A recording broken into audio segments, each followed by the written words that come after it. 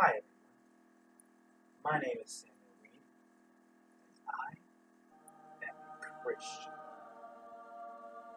This is a good thing, because Christianity is the greatest thing ever created. The best idea represented by the best people God has ever created, here to spread the good news of God's salvation to the whole world. Whoever could possibly want to leave all that behind?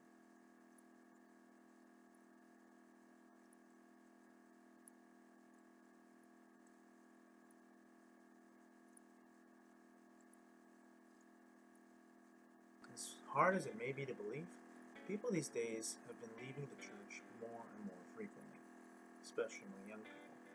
According to a Lifeway research survey, 66% of church attendees between age and 22 years old left the church for a time period that exceeds 1 year, with only 31% of them returning to attend frequently. But why? Why? Why do people leave the church? Well, as you can see through this graph, there are a variety of reasons. The one I want to focus on is this one. Church members seeming judgmental or hypocritical, something that takes 32% of the credit. The truth is, judgment and hypocrisy is a problem that everyone deals with to some extent.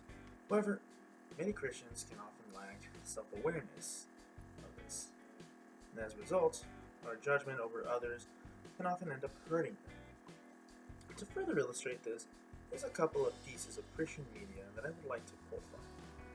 First is this book, titled Prodigal God, by best-selling author, Christian author, Timothy Keller, in which Keller breaks down the famous parable of the prodigal son and the many ways that it applies to today's culture.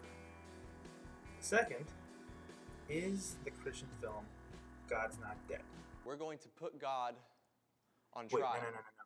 Not that one. How do we actually know that our values and beliefs are any more valid than anyone else's? There we go. That's the one. So let's begin. Keller draws parallels between the story of the prodigal son and modern times. He first identifies the judgmental and hypocritical Christians as the elder brothers, stuck up and self-righteous, looking down on those pathetic souls beneath them. When Jesus came up with this character, he likely had the religious leaders of the time, the Pharisees, in mind. As for the departing Christians, they would be the younger brothers.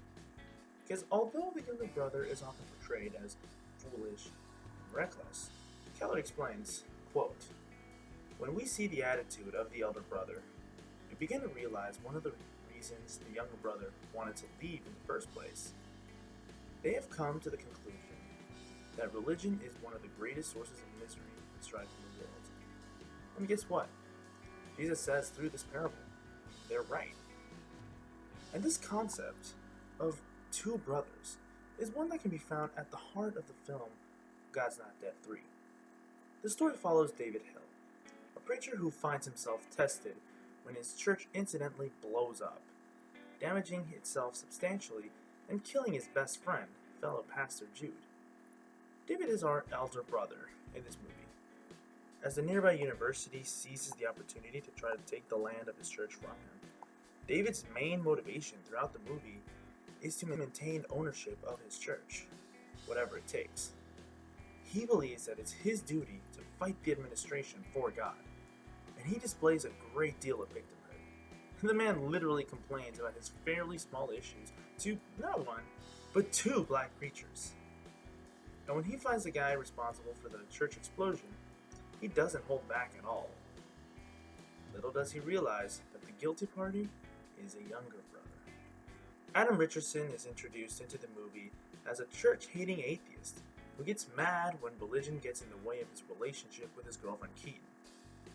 A little too mad. As the movie progresses, however, Adam expresses regret and remorse for his actions time and time again.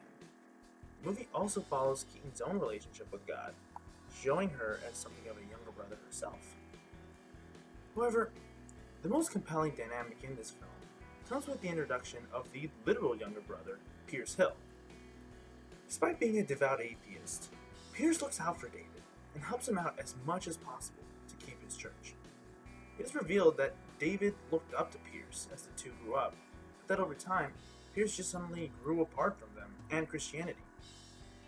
However, as the story progresses, Pierce eventually reveals why he left the church and hits David with the largest dose of reality. It broke their heart. You're the one that broke my heart. You really don't get that, do you? You didn't take the time to understand what I was going through. I was trying to sort out my own faith, my own sense of God.